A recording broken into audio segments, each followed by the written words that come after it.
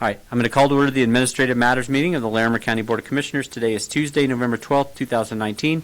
I am Tom Donnelly. I am the chairman of the Board of County Commissioners this year.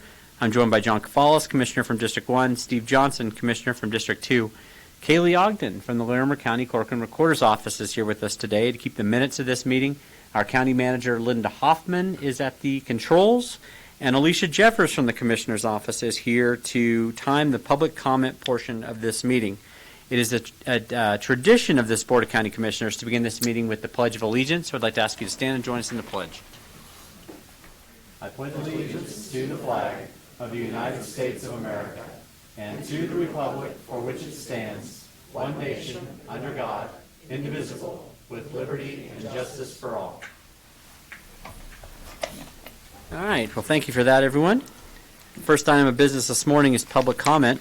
We have a number of folks who have signed up, and I'll call you up. Please give us your name and give us your comments. The first is Ed Behan. Hi, Ed. Good morning, Commissioners. How are you? I'm good, and my name is Ed Behan, resident here in Fort Collins, and commenting on the oil and gas issue, which continues to be an ongoing concern for us. I wanted to bring to your attention an article that was published in the Denver Post on Sunday. It's called Drilling Dollars in Debt, had a substantial subtitle, but it was dealing with the notion that oil and gas businesses are actually having a hard time finding investors now.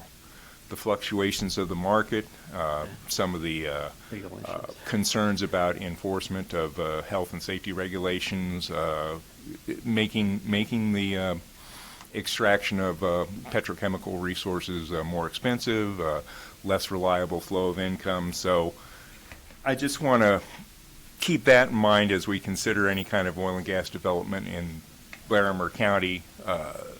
Revenue that you may hope to get from them may not be as reliable a stream as the industry would project. Another concern that comes up with companies that operate in that kind of a volatile environment is the potential for them to be cutting corners on any kind of health and safety regulations. And there was a real key example of that back in 2010 in the Gulf, and I was living down there at the time. A rush to bring the Deepwater Horizon rig online led to some very serious cutting of corners. There were people there on the rig who knew that there was a problem, but there was a push, and we all know how that turned out. 11 people died, and there was horrible, horrible waste of the Gulf Coast region. So I would have those concerns. I don't know if there is any way to work into the pending regulations some sort of a requirement, a real financial bond requirement for any company that operates in Larimer County, but that would be something that would be a deep concern for me.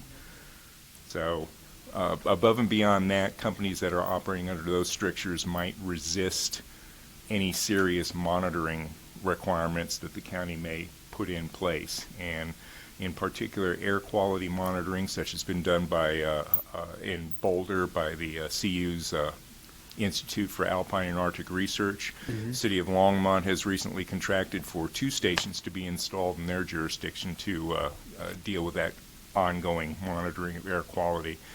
That's something I think the county should be looking at, possibly in conjunction with the cities within the county. But I would ask that that be considered seriously in the ongoing regulations. Very good. Thank you, Ed. What's the flag you have on there? That's an ecology flag. This goes way back to the first Earth Day back in the early 70s. So I can give it to you chapter and verse if you want, but that's what it is. That's okay. Appreciate you coming down today. Tom Rhodes. Hi, Tom. Good morning. How are you? My name is Tom Rhodes, and I live here on Prospect Road. 2.5 years ago, a 1-inch pipeline from an oil field near Mark and Erin Martinez's home in Firestone was leaking. When it blew up, it badly burned Erin Martinez and killed outright her husband Mark and her brother Joey Irwin. It was a tragedy that happened in large part because Anadarko Petroleum had not been required to map the flow lines and gathering lines from their oil fields And the Martinez home was built on top of one of Anadarko Petroleum's lines. It happened because what is not reported cannot be found, and what can't be found can't be regulated or inspected.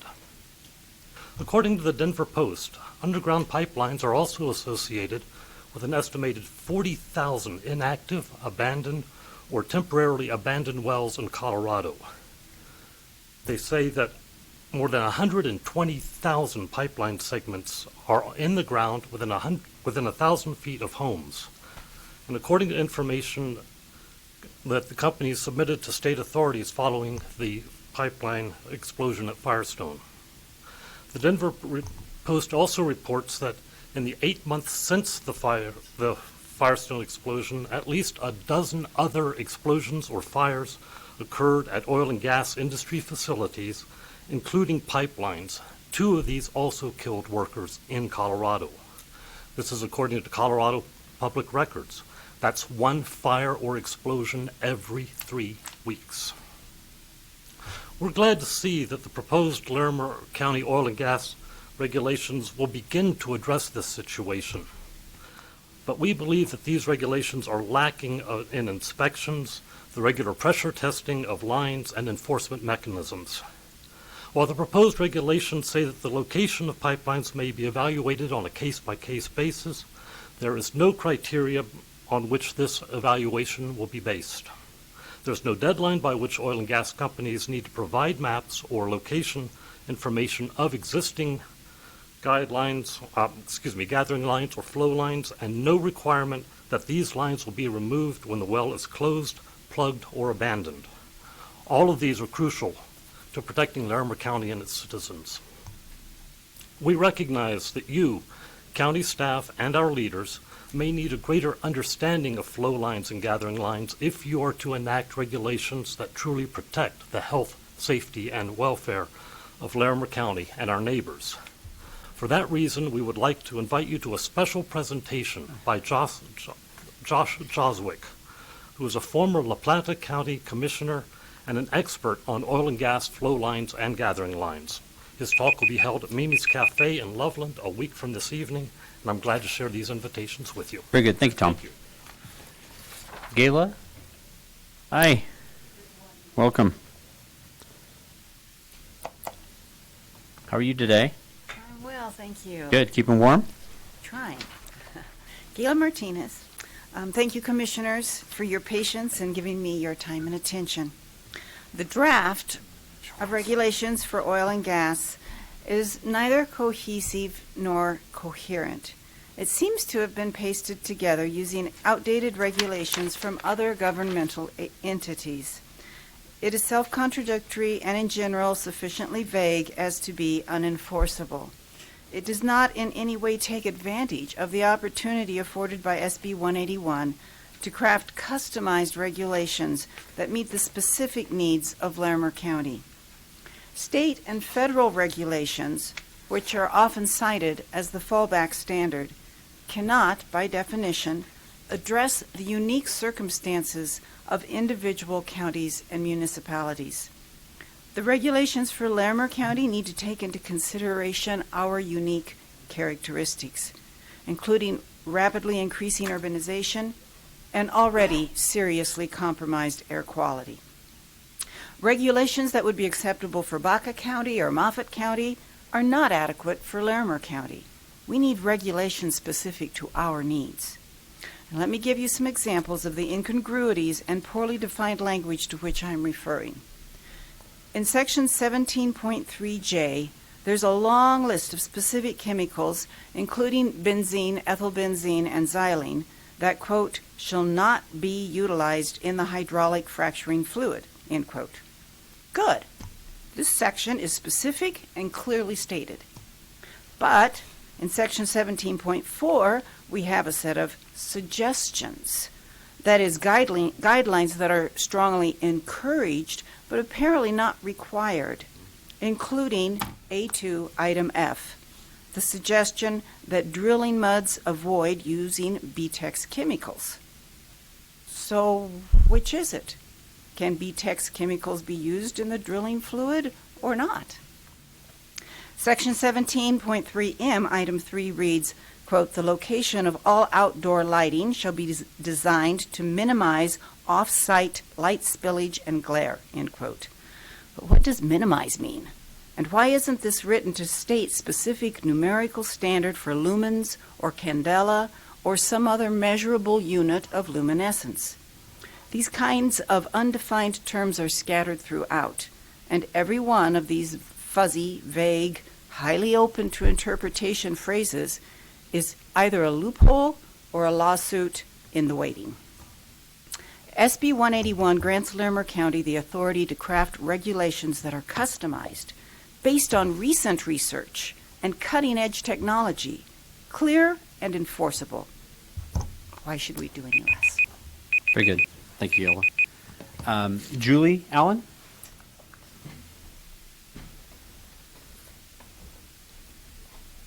Good morning. Hi. Excuse me, good morning. My name is Julie Allen. I'm a resident here of Fort Collins.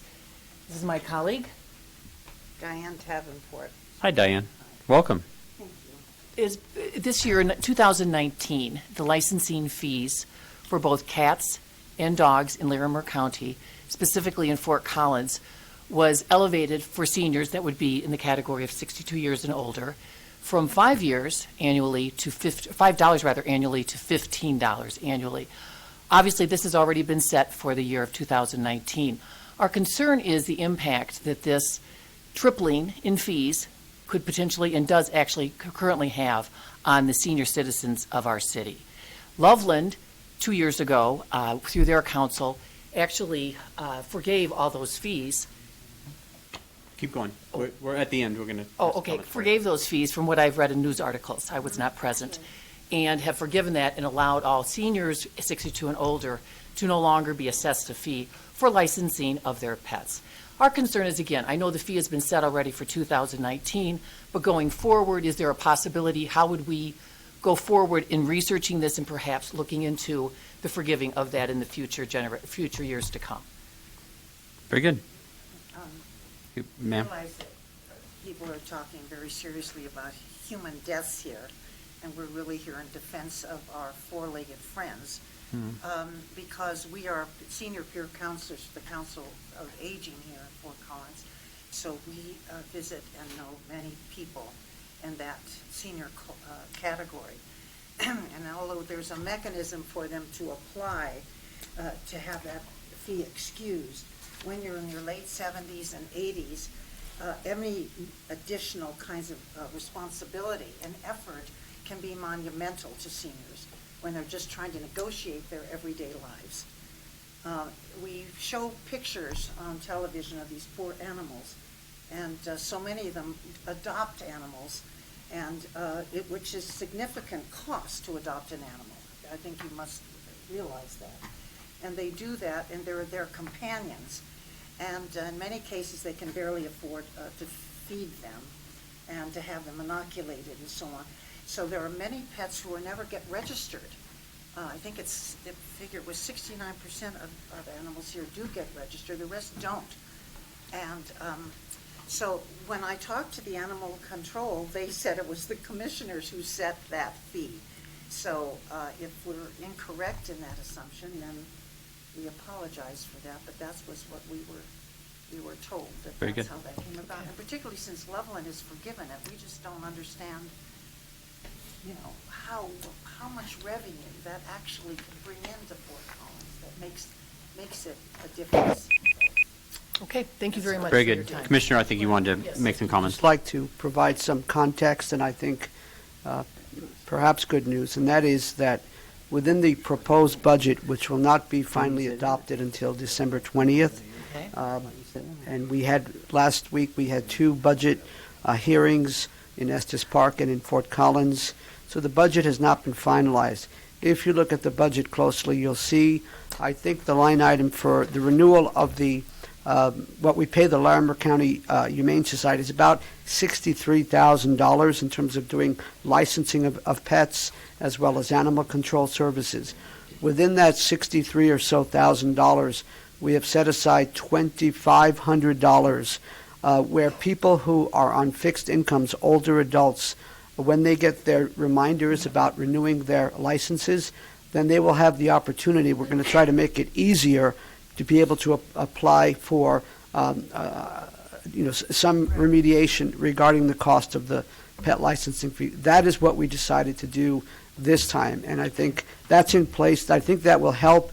It'll be up to all of us to monitor that, evaluate if that's working, and then we can see if there's a better way to approach this issue. But, yeah. As long as it isn't a difficult process where they have to go online and do things which are really difficult tasks for them. in order to Absolutely. get the exemption. But we have attempted to address this issue by setting aside $2,500 that would help offset some of the costs of, folks to renew their pet licenses. Perfect. Thank you for that explanation. Thank you Okay. very much for your time. Yep, good to see you. Is there anyone else who would like to make public comment? Nancy, would you like to? Come on up. Give us your name. Give us your comments. Thank you, Mr. Chair. Sure. How are you? I'm good. Good, Nancy York. So I would want to encourage you all to put a higher priority on our air quality. And I would urge you to to put a moratorium on oil and gas development.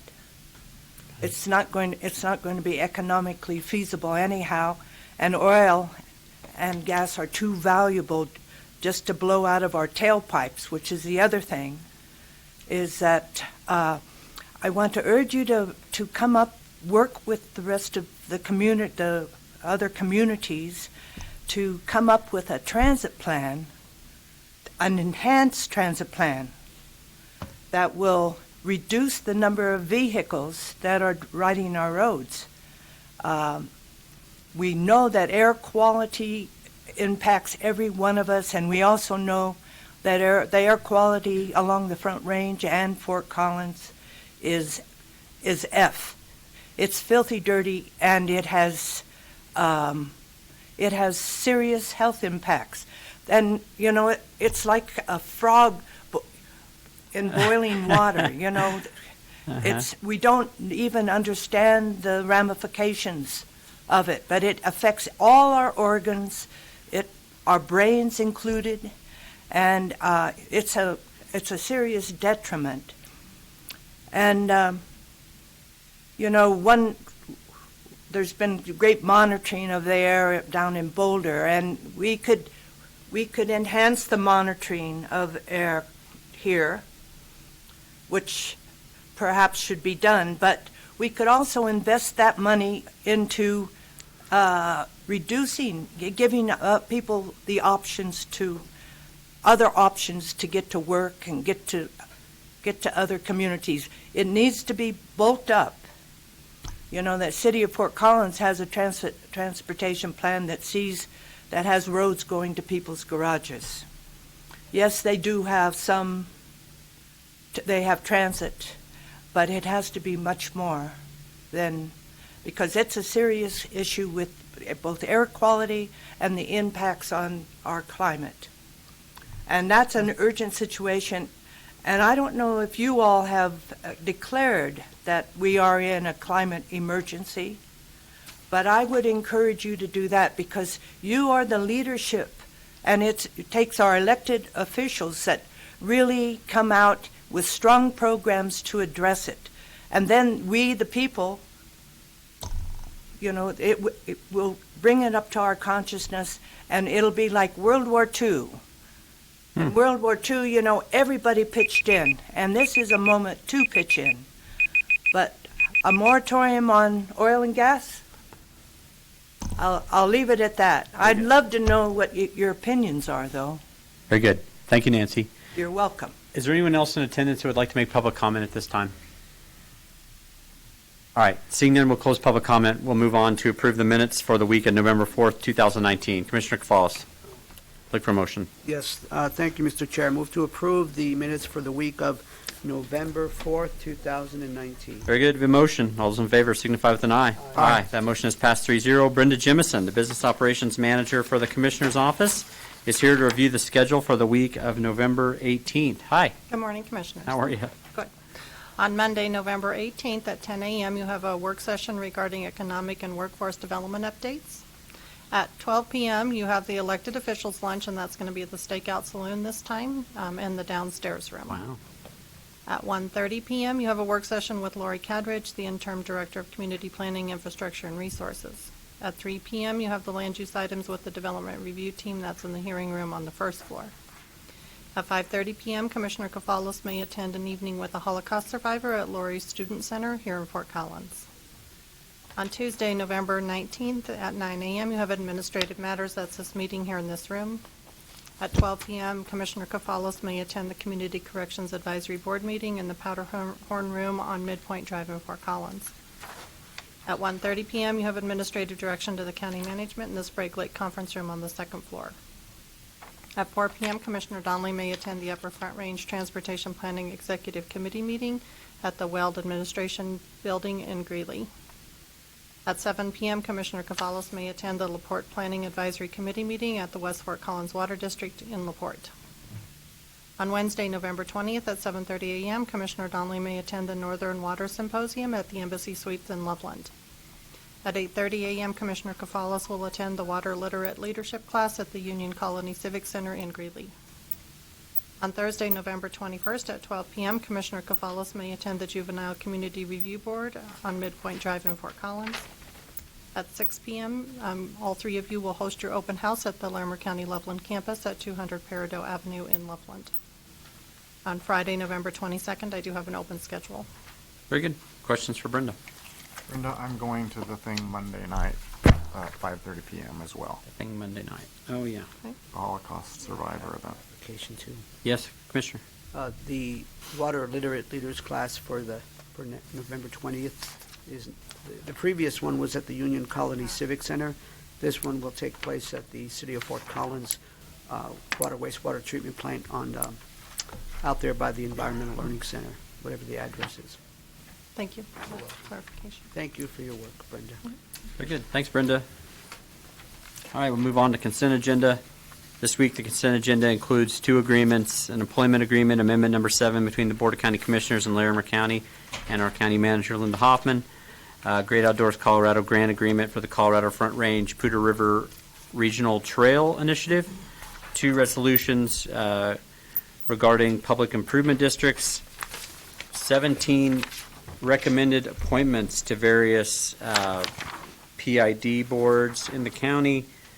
5 stipulations, I think 4 stipulations as to tax year values and a pre-disaster mitigation program grant award acceptance letter. Also 4 liquor license issuances and approvals. Would either of my colleagues like to remove any of these items from the consent agenda for additional information? No, I would Go, not. Mr. Chair. Commissioner Johnson, look for a motion. Thank you, Mr. Chairman. I move approval of consent agenda for November 12th, 2019. Very good. We have a motion. All those in favor signify with an aye. Aye. Aye. That motion is passed 3-0. Consent agenda is approved. Do either of my colleagues have a guest today? I do not. No. No, Okay. sir. I don't think so. You're not. You're a regular agenda item, right? I think so. Okay. So next we have we're going to have some special recognitions this morning. First, we're going to invite up Laura Walker, our Human Services Director, and she has a very special guest, a wonderful young lady, as attested by her recent receipt of the 40 Under 40 Award here for Northern Colorado, Heather O'Hare. So Heather, come on up and join I us. didn't think Laura was under 40. I know. Laura's hoping for a 50 under 50. Yeah. Well, you're hoping for 60 under 60. Oh. Hey, wait, that's me. So, yeah, no kidding. So, hey, I get that? good morning, everybody. So, Laura, would you like to introduce this item? Sure. My name is Laura Walker. I'm the Human Services Director for the county. Good morning, Heather O'Hare, the Deputy Director for Human Services. Great. And so Heather received a special recognition from BizWest. So the BizWest publication every year seeks nominees for their 40 Under 40 awards. We have an illustrious alum from that program right behind me, No Michelle longer Bird. under 40. We're not going to get out birth certificates at this point. Just guessing. Let's see your birth certificates. I know. They are just one floor away. I'm just jealous. So I nominated Heather for this award. Heather's been with our department almost 5 years as our deputy director and has really brought a balance to our executive leadership team within the department that has been most welcome. She has brought the clinical background of being a social worker in the 5 boroughs of New York City prior to coming to us. She has her master's degree from Columbia. She's a very knowledgeable and educated person in this field in a way that I am not, so I've really appreciated that. And so the accomplishments that I listed on her nomination form were many, but I think also her participation in the strategic plan for this 5-year cycle has proven the leadership that she can provide not just to the Department of Human Services in that clinical way, but also in coordinating efforts across our community for some very, very big issues that she's been tasked with helping with. So I was proud to nominate her for this award. I was thrilled when she was selected. One of the other things that we didn't find out until the awards ceremony a couple weeks ago was that this particular class of the 40 under 40 is also being given a 1-year membership to the Hawk Foundation's Leadership Development Group, which is usually a fairly expensive entry fee to be part of. And these 40 folks are being gifted that membership for a year, which I think will just do nothing but enhance Heather's connections in this community and allow her to spread our work even further. And the nice balance of the business community being connected with government is really essential, especially in the human services space, to solve some of these bigger social issues. So I'm very proud of her and glad that the board took a few minutes to help me recognize her achievements. When's the awarding ceremony? We already had Last it. week. Did I miss that? It was 2 weeks ago. Oh, yeah. oh. I think I was busy that day. I'm sorry.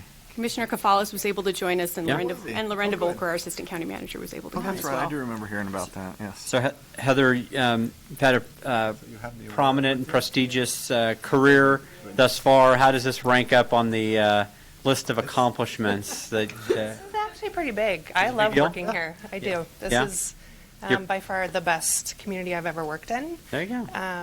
But it also makes a difference doing this work in the same community where you live and where you're raising your family. Yeah, sure. And you previously worked, like Laura said, in New York City, but you also worked in Denver, I right? did. Mhm. And what was your job there? It was in child welfare, mostly in Denver. And then in New York City, I was there for 10 years. In child welfare and in the court system. So she gave one of the best answers to any interview question I've ever posed to someone. Okay. I asked her why she wanted to leave Denver County when she was interviewing for this job, and she said, I don't want to leave Denver, I want to work for Larimer. Nice. Oh. Because of the reputation that we have here, based a lot on the partnership we have with the people across the table as well. You bet. Laura, do you think that has anything to do with the 3 county commissioners that are currently in office? At least 2 out of the 3, and the other one from You weren't his here when she legislative came. history. Even here. You were in Denver when she came and left there. See? No, we had legislative support from our other commissioner prior, so. Oh, okay. Well, good. You did good work there of, recognizing us as well as Heather. Well, Heather, congratulations. Thank We you. know you're truly a tremendously talented woman. We're very fortunate to have you working here at Larimer County, and I hope that the greater community recognizes what a great addition you've been to our community and the great work that you do. We're really fortunate to have such a professional person that's working here and taking on so many important duties that are going to really have a lasting impact on Larimer County. So thanks a lot for all you do, and it's a well-deserved honor, right? Mm-hmm. Yeah. Yeah, manager, go ahead. I just wanted to chime in with my congratulations Oh, I bet on your you did. recognition. Of course you did. I missed the event, as you know, because I was not feeling well, and you didn't want what I had. But I've worked with you very closely in this last year or so on the strategic plan, and the work you're doing is amazing. The way you bring people together is exemplary. And I think our community will benefit from your efforts and your leadership for decades to come, literally. So thank you so much for not only your technical expertise, but just for the person you are and the leadership you provide and the contributions you're making to our future. So thank you very much and congratulations. Yeah, congratulations, Heather. Yay! All right, so we would like to know if we could take a picture with you in the lobby to put up on our county Facebook page to recognize you for your award. So the board's going to take a 2-minute recess. We're going to Question was it? take a quick, yeah. No.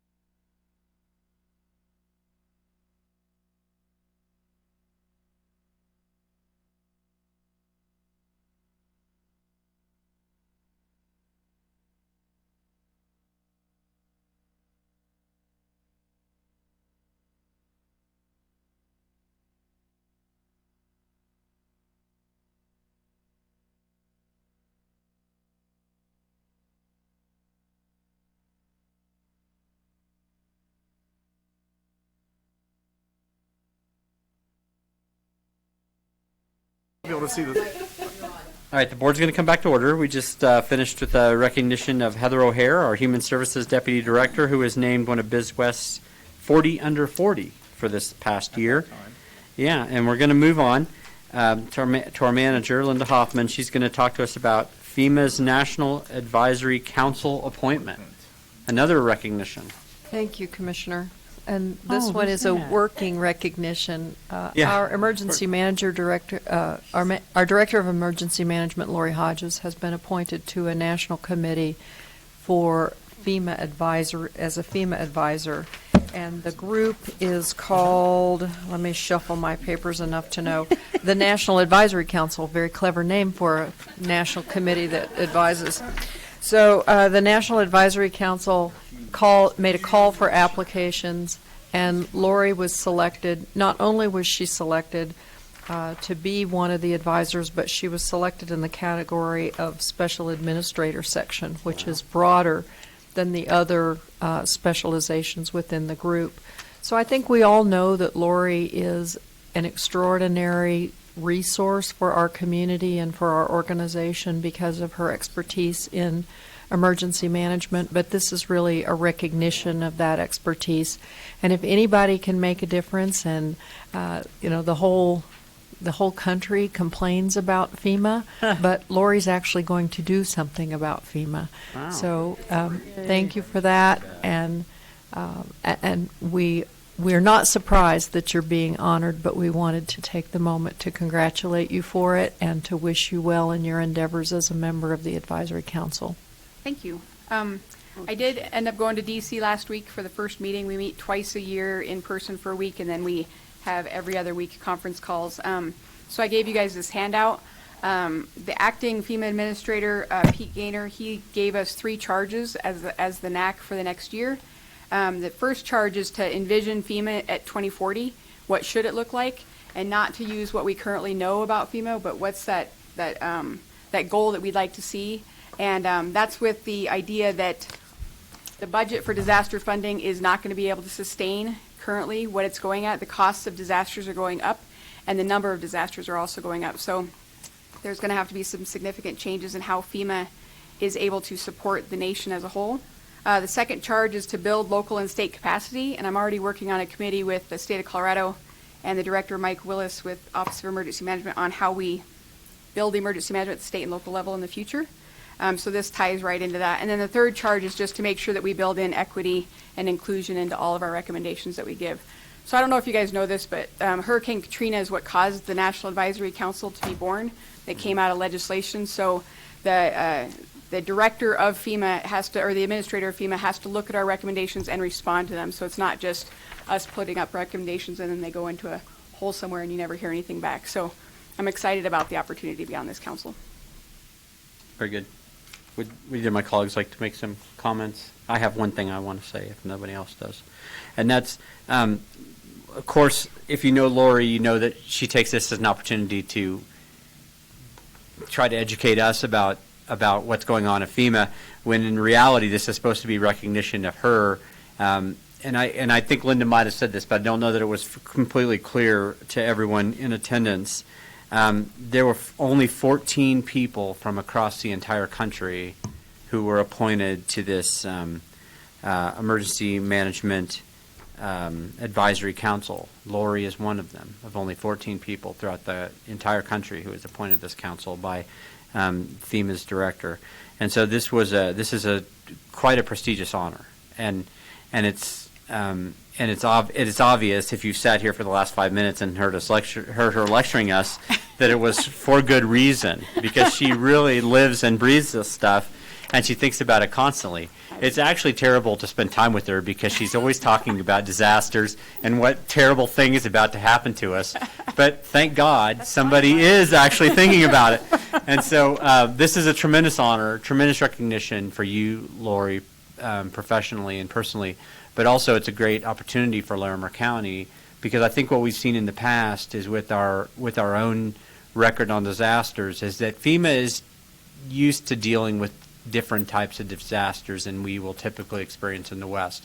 And so to bring kind of that Western experience for the types of disasters that we might face, I think is really going to be important for the future. This isn't a flood like a flood on the, we don't experience floods like the Mississippi River. We don't experience tornadoes like they do in the Midwest. We don't experience hurricanes. But nonetheless, our disasters can be truly devastating as well. And so as we've learned through the last several years working with FEMA, they don't know how to deal with us either. And so hopefully you'll bring kind of some common sense to Washington, D.C. Hopefully. Hopefully you won't bring the bureaucracy back here, but hopefully you'll export the common sense to them. So congratulations. This is a big honor, and we're very proud of you. Appreciate it. And we're really grateful that you get to serve. Thank you. And does this mean you're part of the Trump administration? It means that I'm a FEMA employee. I knew you were coming around. I knew there's hope for you yet, lady. That is all that I'm willing All to say. right, very good. You're out of order. Yay! Wonderful. Look, she's out of here. She's got to get back to work. She's like, I'm had enough. Take another picture. Not enough of you guys. Okay, we're tooting our own horns here all morning long. Next, we're going to talk about Engineering News Records Mountain State's Best Government Public Building Award. Ken Cooper's here, and David Bragg, and some other folks, I guess, from our contractor. How are you guys? Wonderful. How are you today? Good. So, Ken, why don't you start by let's do some introductions so folks who might be listening in can put a voice with a name. That's great. Thank you, Commissioners. Ken Cooper, Facilities Director. We'll just go down the line. David Bragg, Facilities Project Manager. Preston Nelson, Director of Planning and Construction with Hazelden Construction. Welcome. Kevin Lochran, Hazelden Construction. I was the senior estimator on this project. Very good. Welcome, guys. So what's going on, Ken? Yeah, it's very good news. It's a morning of good news, right? And we tag along on that. The project we did in Loveland that opened officially opened the end of September of 2018, but we had the grand opening, you'll recall, on 9/11 of that year, and successfully opened it up for our customers down in the southern part of the county. The project was submitted for ENR Engineering News Record for its Mountain States Best Government Project Award, and was given first place for that project. So really excited about that. Hazelden did that submittal. It's based on a pretty wide list of criteria, but really focuses in on kind of the overall project, not so much design, not so much construction, but just an overall team piece to it, and all the good things that the county was able to create in that project, particularly on the services that were afforded to those folks now, and we're very excited about that award. So the building has been performing very well. There's an awful lot to celebrate there as well. Oftentimes the first year of a building, once it's opened, is pretty expensive. There's a lot of things that you're chasing, and lots of different issues that can happen and often do happen. We've had a couple of those, but generally speaking, it's performed very well. On the energy side, it's performed at or above the energy models that we had as a piece of it. And you'll recall that the county has determined that we wouldn't go forward on LEED certification, but we certainly have a good list of items that are pieces that we track in design and then through construction and into the commissioning piece of it that help ensure that it performs at a level that's at a high level of good stewardship for the county with the public dollar. So congratulations to Hazelden. You've heard a number of times what a good contractor they were and partner, and are. They're continuing to do projects for us. They are completing the police and courts building, the expansion down there, and they're also working actively on the creating another courtroom, at the Justice Center for us as well. And terrific team, very deep leadership on through field, and the pieces and parts that come through on any of these projects has been terrific, and we're really, really happy to have that partnership. So great. So you guys want to say anything? So I would just like to say, we appreciate the partnership that we've created here, and we appreciate being able to work so collaboratively on a project. It's been a great project, both from Hazelden Construction and also from Larimer County, and so we want to thank you guys for that. And so did you get any kind of award? Do you get any kind of, what do you got? Oh, yeah, let's see it. So we got an award. Oh, that's awesome. Wow, nice. That's beautiful, huh? That's a nice award that they give to us. So that's really cool. And you're going to put that up somewhere? Yeah. Is he going to put it in your garage? No, No? we're Okay. gonna put it in our Fort Collins office. Oh, okay. I have one for you guys. that Oh, we're going wonderful. to, so. Yeah, so just for the benefit of people who are sitting here, this, if you haven't had an opportunity to get down to the Larimer County Loveland office building, I highly recommend going in there and looking around. It's the most amazing facility, the governmental facility you'll ever go in my opinion.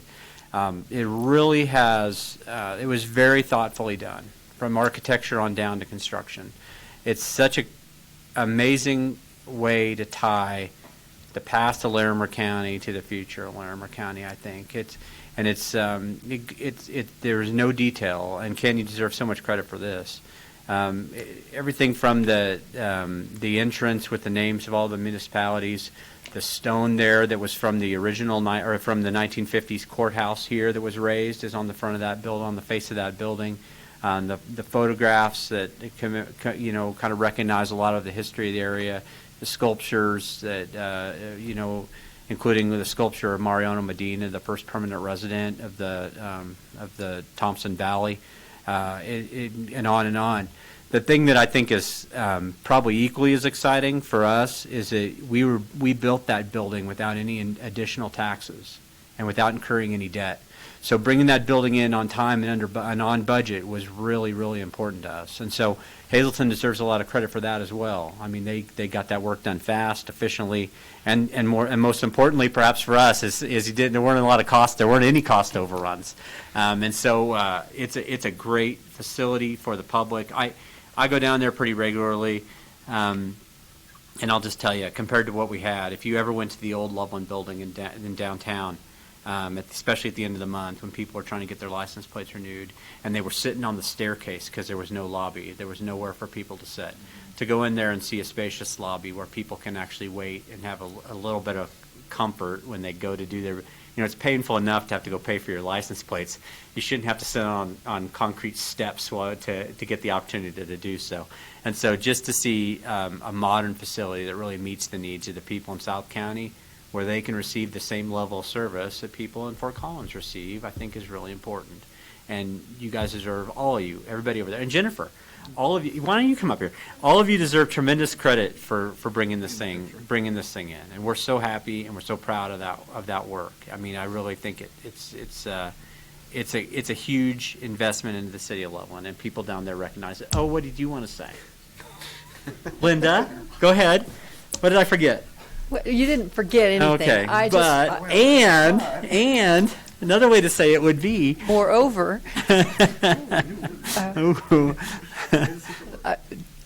as the administrative leader of the county, I am always trying to keep track of what's going on, and facilities recently has made that very difficult because you're involved in so many things all at once. And every time I tried to thank Ken and David for their work on this project, they would always defer and say, oh, it's not us, it's the whole team. And so to hear you say collaborate today as part of your remarks, I think really is the cornerstone of this project. But I still think it was our staff that was guiding the reins, and we appreciate their work. I also wanted to say that anybody who wants to see the building could come to the commissioners' meeting this week, because that's where it will be held. But every time I go in the building, I'm just so proud of it, and the work is so appropriate. One of the things that we said in the opening of the project, on that grand opening day, is it's not elaborate. It's not over the top, fussy, and fancy. It really speaks to the purpose of the building to provide service to the community, and your work was instrumental in that, and congratulations on the award to the whole team who earned it. So thank you. Well said. So would you guys like to take a photo with us with the major award? Sure. Okay, you can put that up in your lobby too if you want. We're going to take a 2-minute recess to take another photo.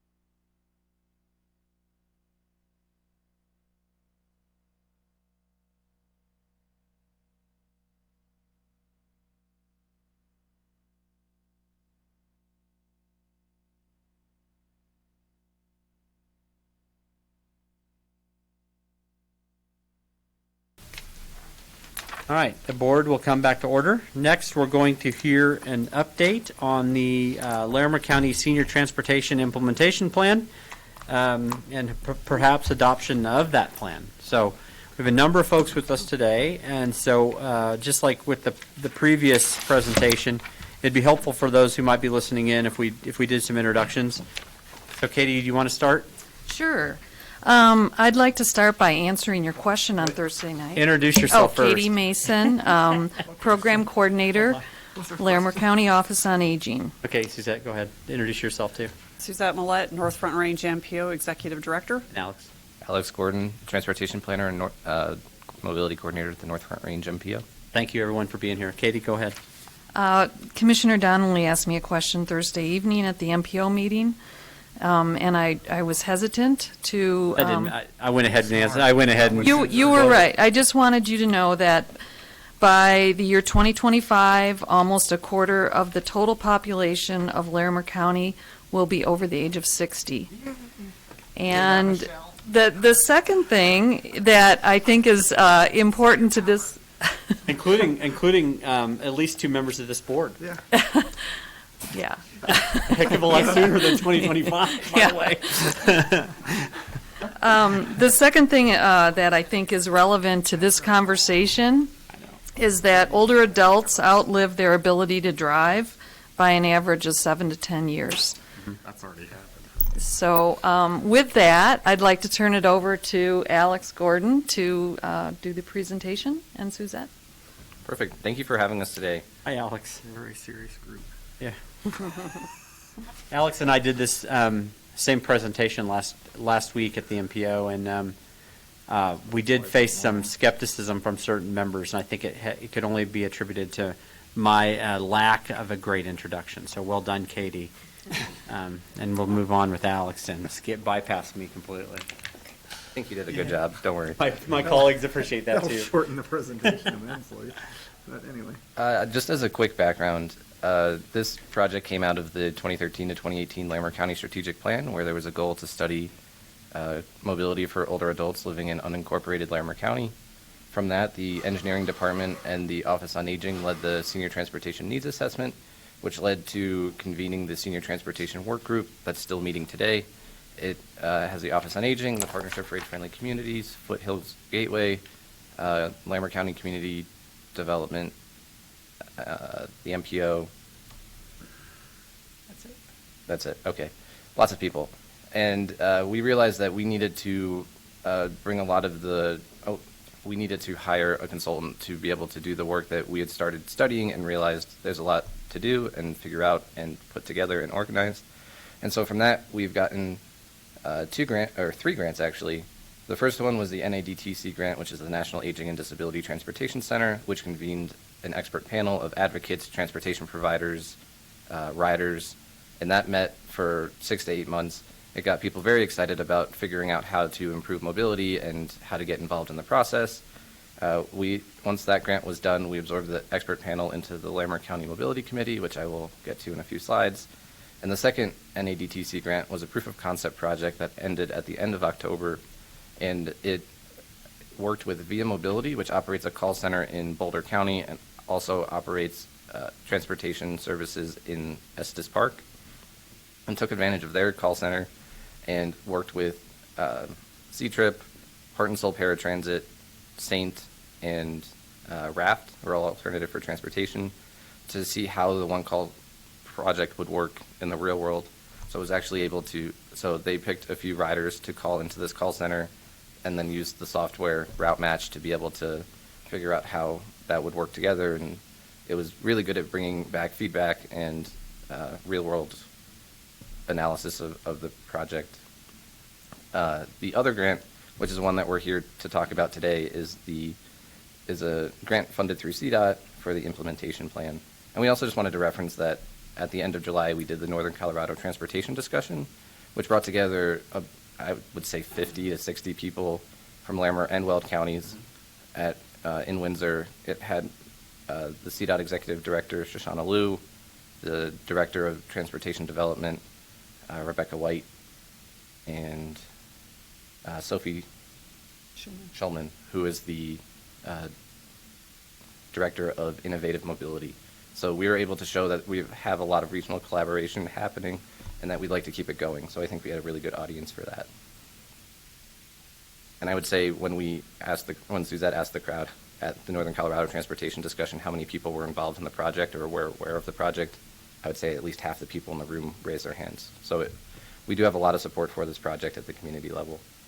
So as part of this implementation plan, we hired a consultant, Transit Plus, who has done work across Colorado and across the United States, specifically in transit and coordination. And they worked with the Larimer County Mobility Committee to come up with this vision statement for this project, which is to develop a coordinated system that schedules rides across multiple providers with seamless and accessible options for users. And I think the important things to highlight with this is that there's a passenger-facing side and then there's a provider-facing side of this project. So the idea is to make it as easy as possible for people who need rides to be able to find those rides and not have to jump through hoops to get them. And then on the back end of things, have the providers be able to share rides, have consistency across so that it's a lot easier on both ends of the spectrum. So out of that vision statement came up with goals. So as I said, make it as simple as possible to find information about the available transportation options.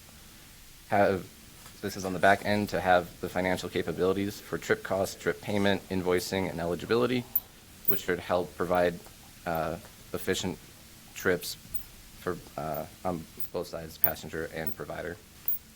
And then provide accurate information to allow for data-driven decisions.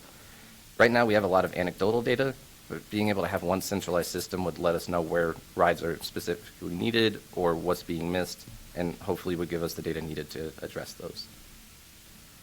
And then enable providers to share trips to make the best use of vehicles and provide more rides.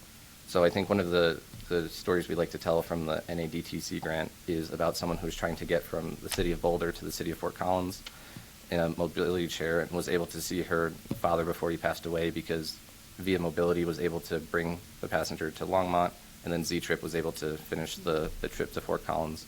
And so the rider didn't need to figure out how to do that. Z-Trip and Via were able to do that. Yep. So I mentioned the Larimer County Mobility Committee. We absorbed the expert panel. There was a lot of overlap between the two groups, but we've been advised by the human service agencies like the Office on Aging, transit agencies. So we've had RAFT, St. Transport, City of Loveland Transit. Estes Transit has started to ask questions about how to get more involved as well, and then advocates as well. The Larimer County Mobility Committee meets every other month officially, but there was so much interest and so much happening with this grant that we had about 10 to 15 people show up to monthly meetings. So we were able to get more attendance, a lot of buy-in, and a lot of interest in this project. And we also created this website where I've been posting presentations, and the draft plan is up there for anybody who's interested in seeing it. So at the end of the project, our recommendations are for the MPO to be the overall coordinator of implementing this project. In talking to the transportation providers and advocates, there's a big push to hire a mobility manager that would be hosted at the MPO who's in charge of the call center. And the reason for a mobility manager is that they're the ones who are aware of what's happening, they're a convener, they're building partnerships, they're finding those efficiencies, and it's a full-time job. And the reason for the MPO is that we already host the Larimer County Mobility Committee. Our job is collaboration. We have a lot of these partnerships, and I'd like to think that we're a pretty trusted organization so far, and hopefully in perpetuity. So that's on the back end. The other two big things would be to purchase a trip discovery software. So that's kind of like Google Maps, where you can say, I want to go from A to B, and rather than just saying you can either drive or take this fixed route transit, there's other software that could let you know you're eligible for paratransit or a volunteer transportation service. So they're working on technology to make it much more accessible for people of all abilities and to include more providers at the table.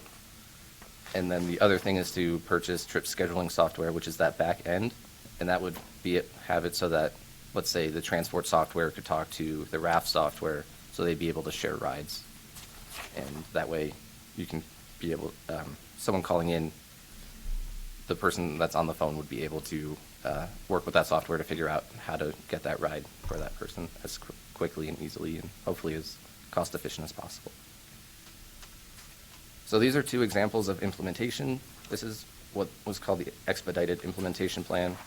So if we're able to find funding, hire that mobility manager, do a marketing campaign blitz at the very beginning, but highlighting that marketing would have to go on throughout this so that people are aware of the project.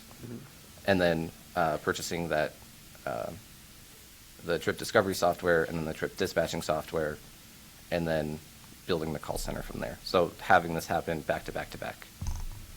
The other one is breaking that up into a few more steps where you can build a smaller website, develop an app, a mobile app, and then build on that and end up with the functional call center. Just a few more steps in between. So this is a draft budget. This is slightly out of date, but the items are still the same. So hiring that mobility manager, this would be Transit Plus looked across the state and across the country to figure out what a reasonable salary would be, and then adding 30% for benefits. We really like the idea of hiring Avista. Their goal is, or their purpose is outreach, grant writing, so it would be a really good program to get people involved. The additional staff would start in year 2 and year 3, and that would be the call center staff. So hiring one person in the first year and then a second person in the second year. Indirect costs are based on salary. That's the way that they're calculated at the MPO. And then the software is what I just discussed. And the funds to match grants, so that way we can offset as much funding as possible with existing or with new grants. What are you envisioning for the hours of the call center? That's something that we can figure out. The MPO hours are 8 to 5, so I think that would be the basis. But the consultants did look at potentially having others hours outside of that. So if we were to add Saturday service or or more hours in the morning, more hours at night. Mm-hmm.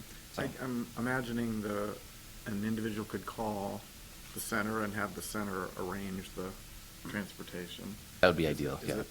Is the software also user-friendly in that maybe when the call center isn't open, will the software allow people to perform the scheduling when the center's not open? That's a good question. I think most of the time they have it so that someone has to confirm the ride. So even if there's an app that you could say, I'm looking for this, it would still be up to the providers whenever they're open to say, yes, we can, or no, we can't. So you could put in a request, but I don't know if you would actually be able to get the confirmation until the provider said yes. That might be something to develop in the future as people get used to the service. No, that makes, people yeah. might like that, I don't know.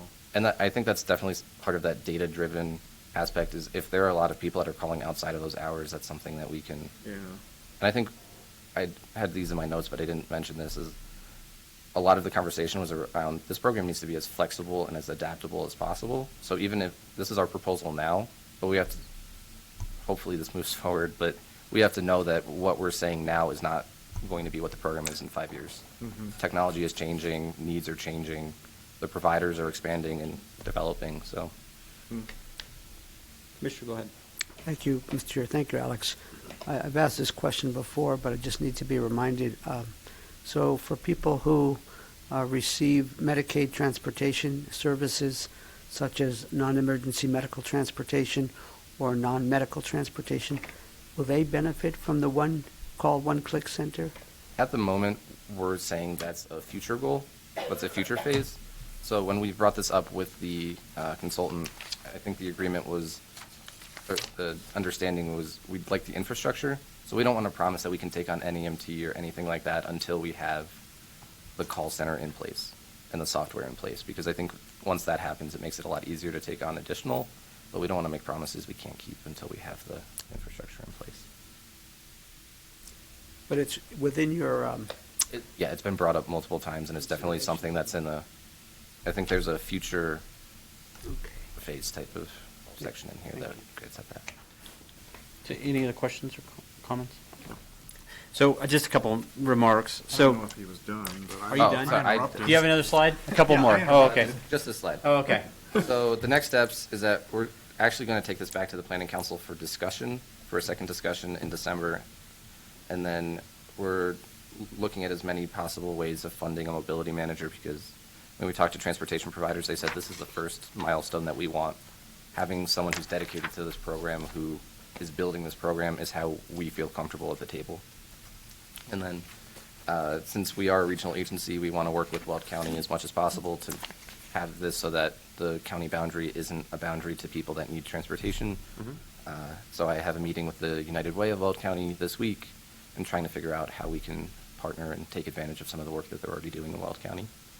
And then we also want to make sure that we have riders at the table, so that way this isn't something that's just being done at the 50,000-foot level, but it is actually usable for the people that need the service. So those are the immediate next steps that we see. Very good. And now it's just the... There you go. Suzette, did you have anything you wanted to comment about or making remarks? I mean, just this is beyond what the document itself is, but we did have this discussion with the North Front Range MPO Council on Thursday night, and you know, we had sort of a mixed review on how this came about, and I don't think anybody was opposed to this project. They're very supportive of it. But of course, this is the first time we were asking for money. So I think there were some questions about what happens. You know, we were asking for some funding to stabilize this program for 3 years. We do have an opportunity out of some Senate bill money to be able to get a good hunk of money. And we also have some reserves out of our Vango program that we thought would be a good match. That would help stabilize the program for 3 years, get it up and running. But, you know, the council asked some good questions like what happens in year 3? What are the performance measures? How do we know that this will be sustainable going forward?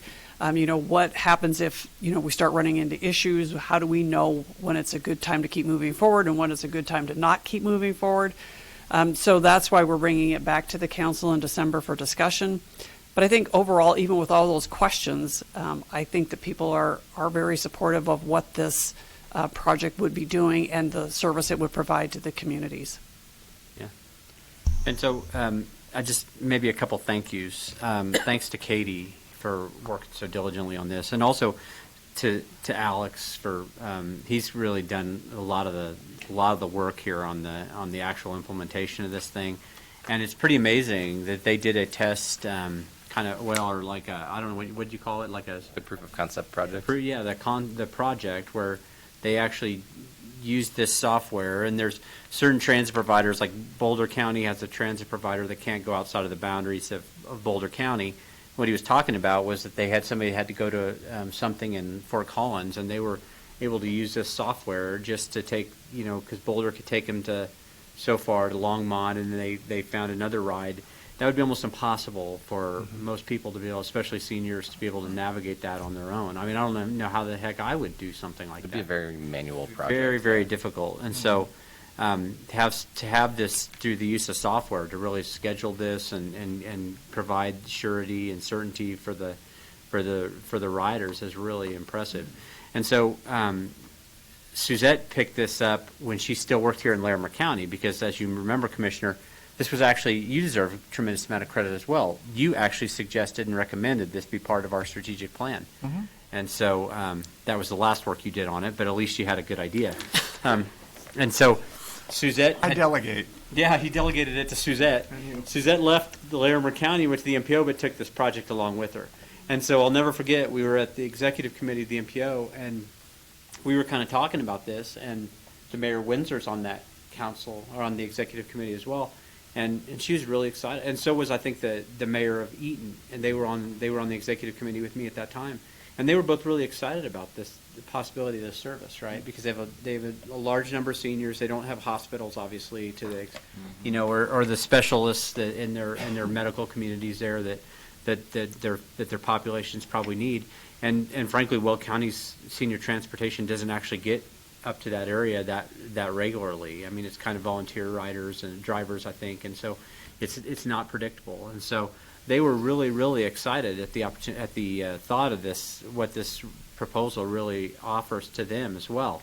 And so we were fortunate to have an organization like the MPO that could pick it up, that really is a regionally focused local government and could potentially carry this thing on. And I think, there's always concerns about how are we going to, is this going to be an anchor around our neck so we aren't going to be able to afford it. But I think that the MPO has showed us one thing, and that's that they can be very creative when it comes to figuring out different ways to fund projects. And actually, they're they're real. Alex is you may not notice it, but he's a real hustler. He finds that money. He finds that money like nobody else. It's like a dog with a bone to get that grant funding.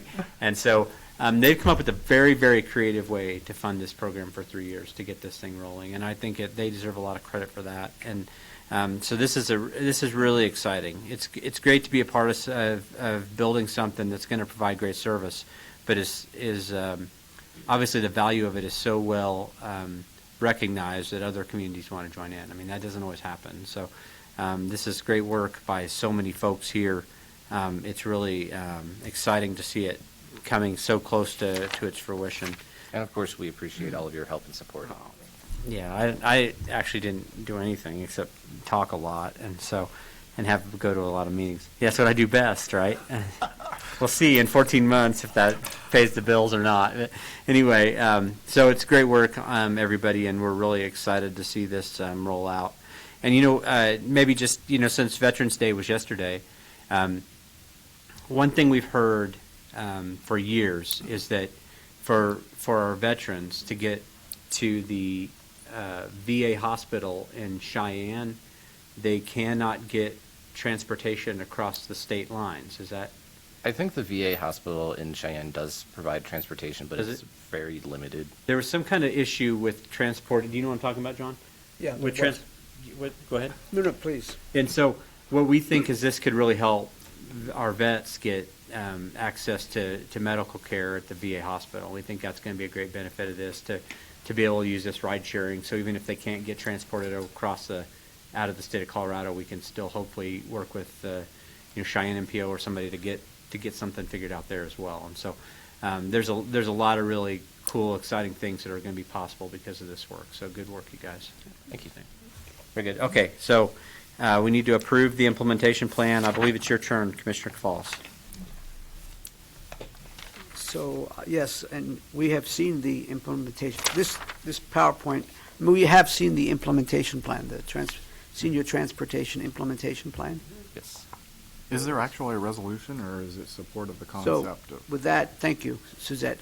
I move to approve the resolution supporting the recommendations in the Larimer County Senior Transportation Implementation Plan. Very good.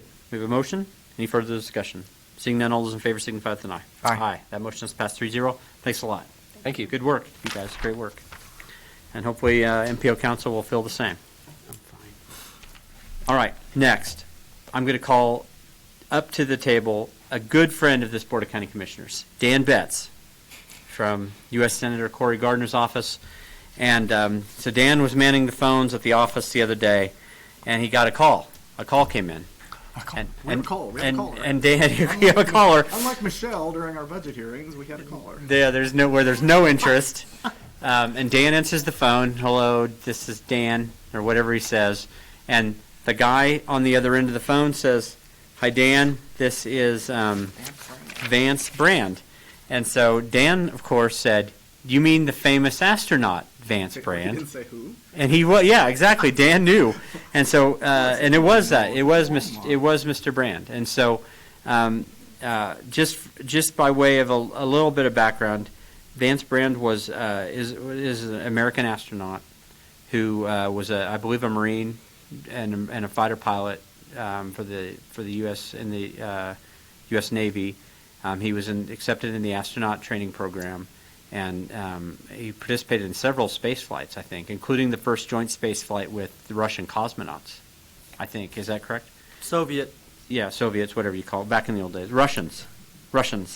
And the enemies. Ukrainians. And so what's probably a little less known is that Mr. Brand was actually born and raised in Colorado, in Longmont.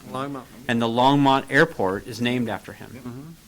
And so, yeah, did you know this, Linda? No. I did. And so, okay, so Mr. Brand owns 40 acres of property in adjacent to Rocky Mountain National Park, and he would like to donate that ground to the National Park Service.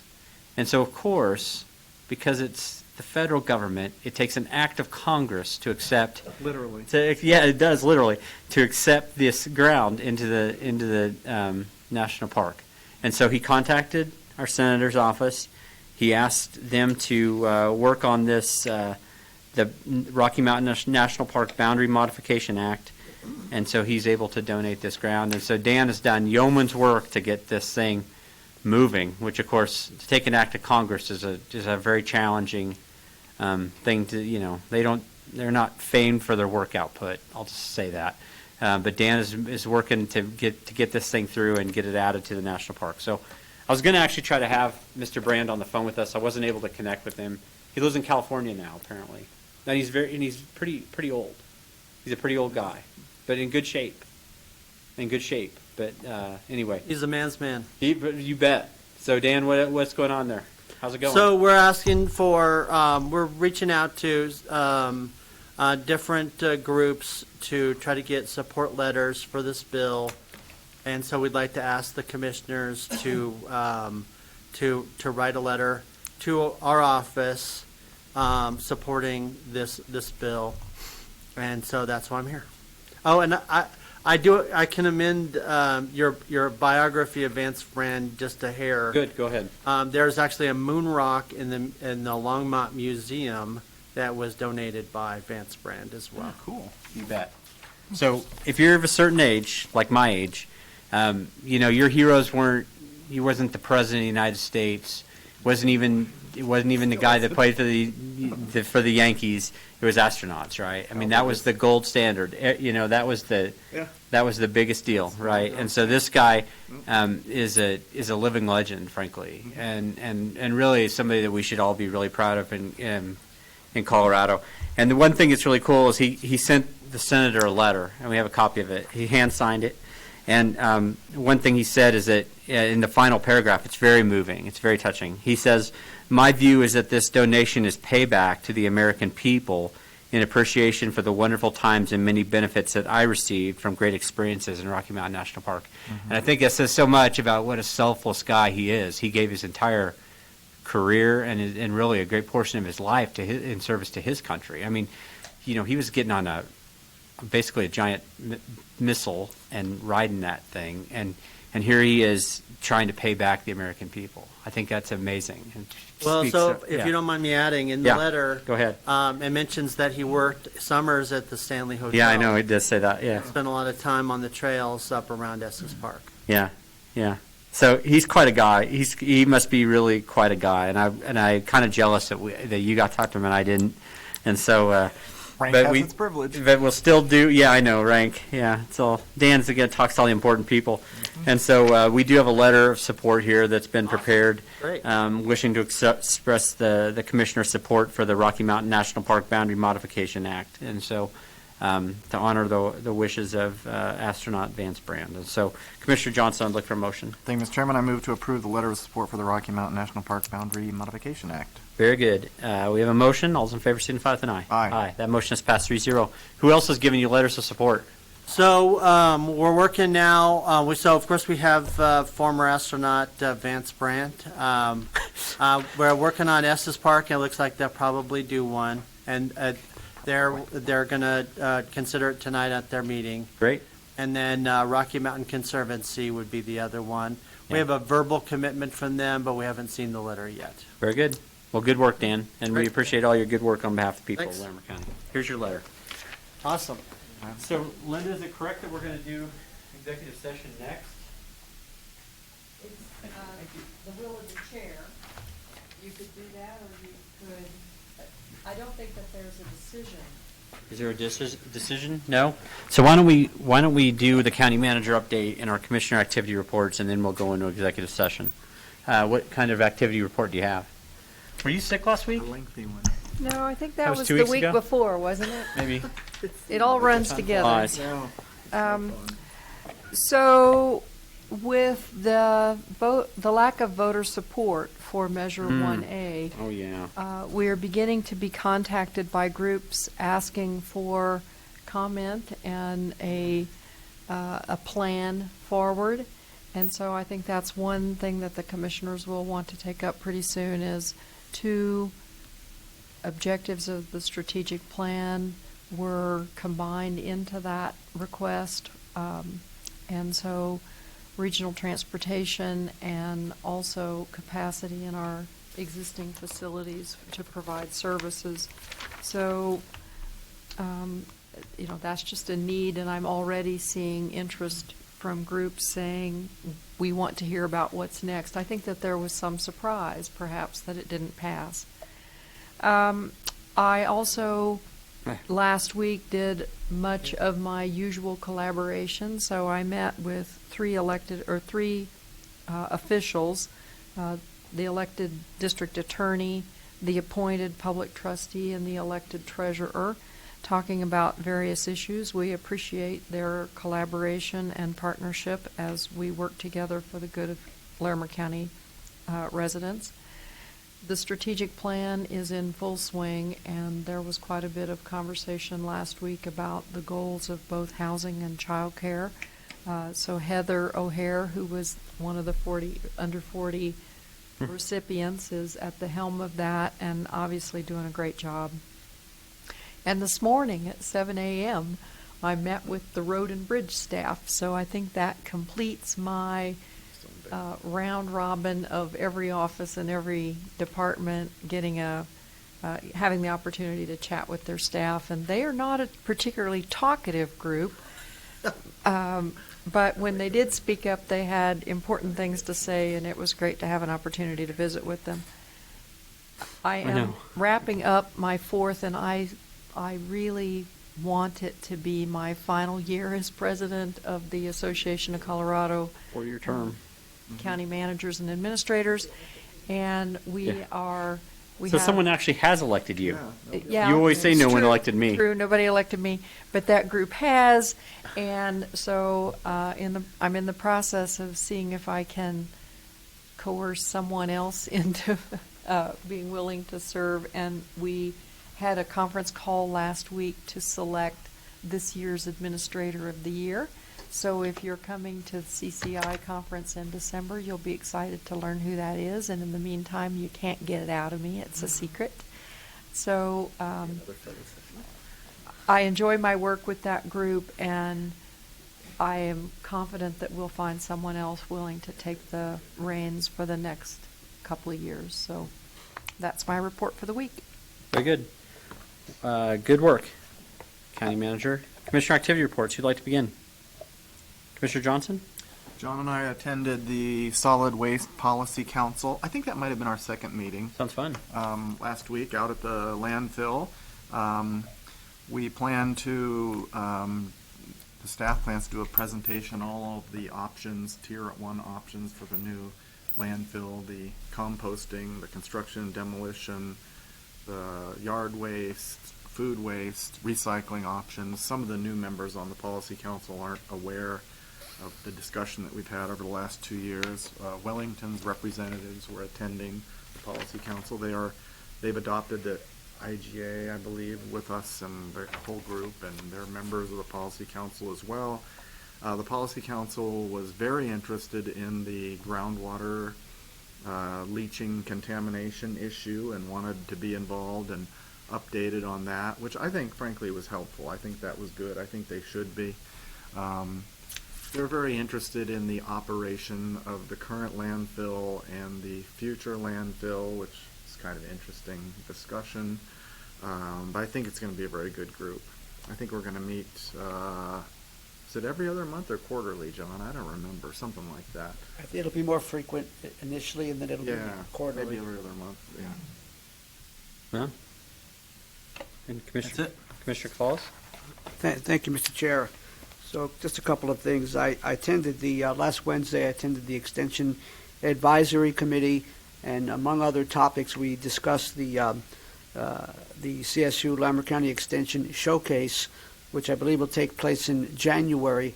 Can't recall the exact date, but we had some good discussion about how we can make it more interactive and meet the needs of everyone. But I also made sure that we extended an invitation to the new CSU President Joyce McConnell, because when we met with her, she indicated an interest in participating. Also, there was an update on the Family Leadership Training Institute, and they're in the process of recruiting applicant students for when they start up with the FLTI next year.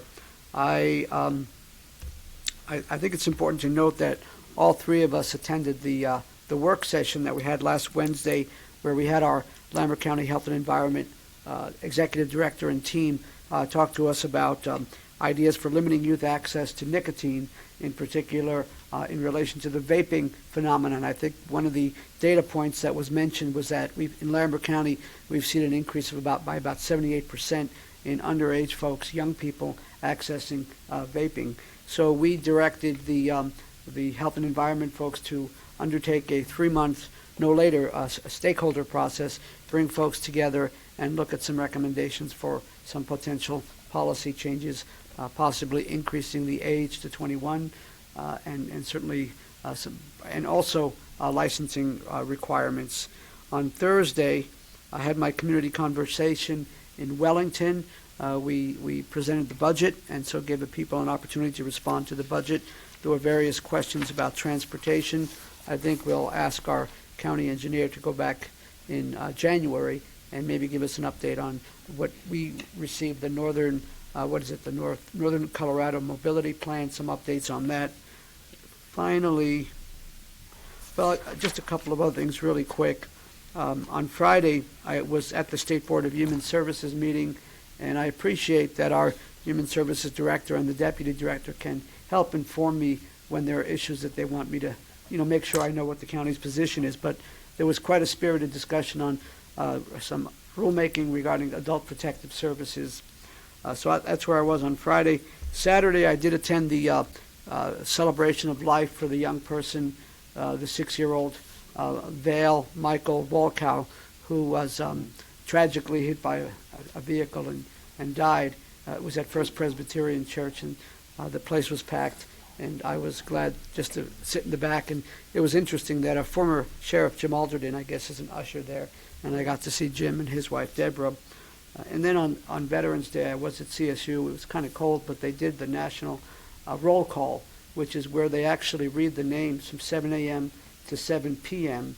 There in the CSU Plaza, the names of fallen soldiers since 9/11. And one of the soldiers there told me that since last year, they've added another 100 people that have died in combat, primarily, I guess, in the Middle East. So we were up to about 7,000. So I was able to read names for 15 minutes, and I was glad to be there to do that. That's all. Thanks. Very good. Sound like you were busy, Commissioner. Oh, getting around. All right, a couple things I wanted to bring to the board's attention. Last week, actually last Tuesday, instead of being at this meeting, which I'm sure you were all really grateful that I was not, I was actually invited to a meeting in an intimate setting that is the governor's garage. I was in the garage at the governor's mansion, or the carriage house, I guess. It's actually very nice. It's actually quite nice. The governor convened a transportation funding group to get together to look at statewide transportation funding issues. I was very privileged to be asked to participate in that. And there's a nice picture of me in the CCI newsletter. Did you look at that? See me with the director of the department? Yeah, it was great. Further in the transportation vein, myself and Suzette Millette, the director of the MPO, got together with our CDOT Region 4 director, Heather Paddock, as well as executive director of the Department of Transportation, Shoshana Liu. I took him to, we were going to talk about I-25, particularly Segment 5, which is the piece from just south of Highway 56, which is the Berthoud interchange on I-25, down to State Highway 66, which we have not been successful in figuring out how to fund the expansion of that segment of the interstate. So I brought them together for a nice discussion about how we might move forward strategically to find funding for that segment. I took them to one of our most famous landmarks in all of Larimer County, Johnson's Corner, and I plied them with pancakes to try to get funding. What? That was true. That's what really happened. Cinnamon rolls. And cinnamon rolls. Yeah. Not spoken like a South County resident. MPO Council met last week. As Suzette mentioned, we had a good presentation about the One Call, One Click Center. There were some questions from the council, and so hopefully we'll alleviate any concerns they might have about long-term viability of the program. We'll move that thing through. We were in Estes Tuesday night for Wednesday night for our budget presentation. I went back Thursday morning for the mayor's chat. I heard about the mayor. Did you? Mhm. What'd you hear? I'll tell you Do later. share. We had a pretty good time. We had a fun discussion about a lot of issues, but I think probably what Steve heard about was our discussion about the continuation of our joint planning area. Commissioner Johnson had perhaps misspoke, I guess, in about 20 different emails to various people about what the position of the board was, and so I wanted to, clarify that. Please do. And so I did. I took it upon myself to clarify what I believe are some of the concerns that Commissioner Falls and I might have about the direction we're going, and some things that a true leader would require to ensure that the decisions we make and the documents that we're going to all abide by are fair and provide surety to the county and to the town. So we did talk about that, and it was a good discussion. Finally, one thing that I'm really proud that I was asked to participate in this thing, and that was Senator Bennett asked me to sit on one of his Service Academy nomination panels, and I've done that for several years for the senator's office here in Fort Collins. And if you're ever feeling down about the future, if you're worried about kids these days, I'll just tell you, if you get an opportunity to interview young people that are interested in serving their country in one of our service academies, it will dispel all of those concerns you have. You will see the very best young people that you would ever imagine were even possible to see, and they're top to bottom. They're just so great. It's one of the toughest things. I always jokingly say it's one of the toughest things I ever do because it's hard to pick. They're all so outstanding. It's amazing, and to know that's happening throughout the state, really, and the country, frankly, is really amazing and heartening. And to see young people with a passion for serving and serving their country, and so I did that. And my panel was some great folks that we got to serve with, and so a lot of the people come back year after year and do this for the senator's office. And so I was glad to have the opportunity, and what a tremendous honor and really amazing opportunity. So that concludes my activity report, and the board is going to have an executive session to discuss real estate with regards to our natural resources program. There will not be a decision. So when the board enters executive session, we will not be reconvening in open session. So Commissioner Kvalis, it's your turn. I'd look for a motion to enter executive session. Thank you, Mr. Chair. I move the board enter into executive session to discuss real estate pursuant to Colorado Revised Statutes 24-6-4024A, which is purchase, acquisition, lease, transfer, or sale of any real or personal property interest. Very good. We have a motion. Any further discussion? Seeing none, all those in favor signify with an aye. Aye. That motion is passed 3-0. The board is in executive session.